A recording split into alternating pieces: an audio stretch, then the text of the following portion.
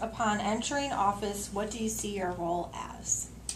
Well, the role of the state representative is really twofold. A lot of people just think that you're going to Frankfort and voting on legislation for 90 days. But really, a lot of our job, the other 9 months of the year, is dealing with the constituent service issues, the phone calls that you get, understanding the agencies, the bureaucracy, how that works. And we form a relationship between the constituents and the people in Jessamine County who are needing everything from death certificates, permits approved, problems with the transportation cabinet on the new design of US 68. I spent hours and hours and hours working with various constituency groups up and down that road. And we serve as really the representative or the liaison between our local communities and the state government. My experience of being there, as long as I have, means that I'm able to do that and do that very efficiently and very effectively.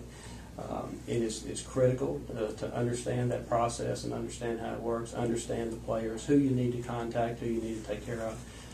And so when constituents call me, that's really one of the biggest jobs that we have, in addition to looking at legislation and working through budgetary processes and trying to find new innovative approaches that's going to move the state forward. Upon entering office, what do you see your role as? Yeah, my role is, if I am elected, my role will be to represent the people, and it will be to do so by building coalitions with others, by, as my opponent said, constituent services, making sure that people back home, their different issues are satisfied. I think that's an important thing. I agree my opponent has done a good job with that.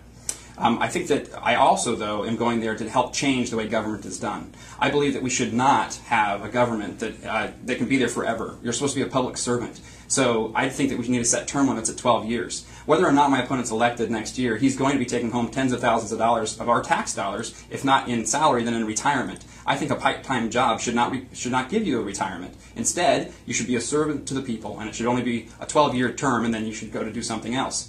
I also would like to say that I think my job there is going to be to have creative ideas. And if you go to my website, you'll find I've got a lot of ideas that I think will really help us. It's voteforkerr.com.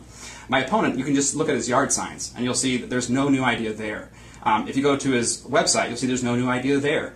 As a matter of fact, if you look at his folders, his trifold, you'll find that there are people in there who aren't even voting for him. Most of those quotes are actually 6 to 10 years old.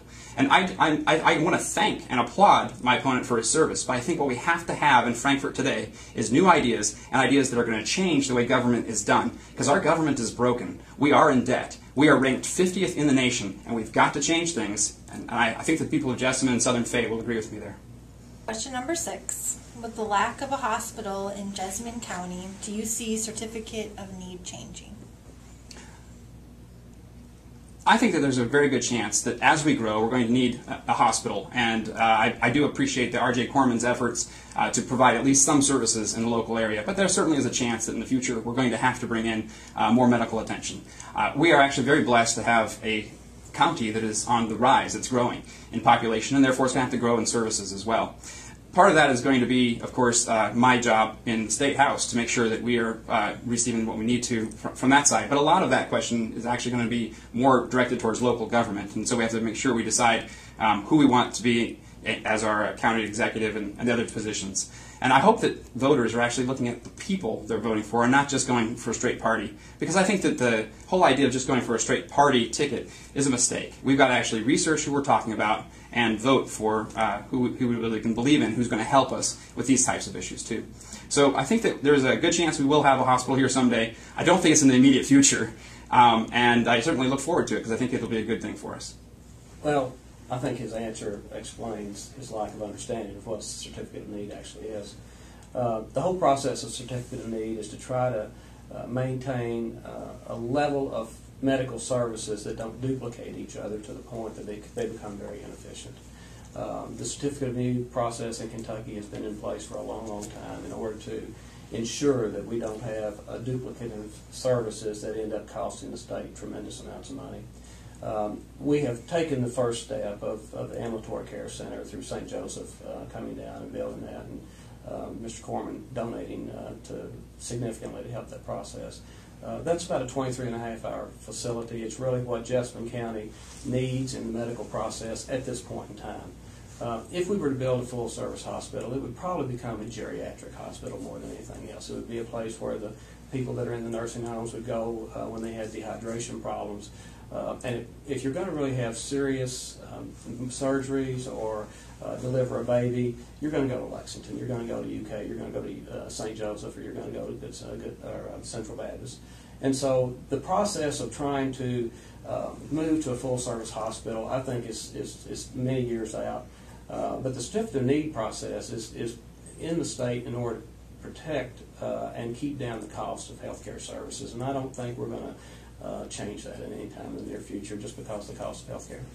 Well, you can take the last 60 seconds to wrap up your thoughts and tell voters anything that you'd like them to know. Okay, well, thank you. Well, first I'd like to thank the Jessamine Journal and the Advocate Messenger for sponsoring this. I think this is a good way to sit down and talk about our issues and where we are.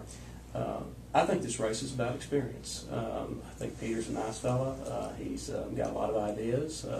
Appreciate hearing those ideas. But when it comes time to protecting Jessamine County through redistricting, we need somebody in the majority party that has the experience, has the seniority to be able to do that during redistricting.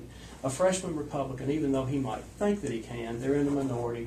It may not be the way that it should work, but it's the way that it does work. He can't change that by being down there. All he can do is not be able to provide the ability to protect this district and represent this district in an effective manner. And that's what's really, really critical in this race, is that we need to make sure we have somebody that will be there, that makes sure that when we go through redistricting, this district remains as closely, totally in Jessamine County as possible.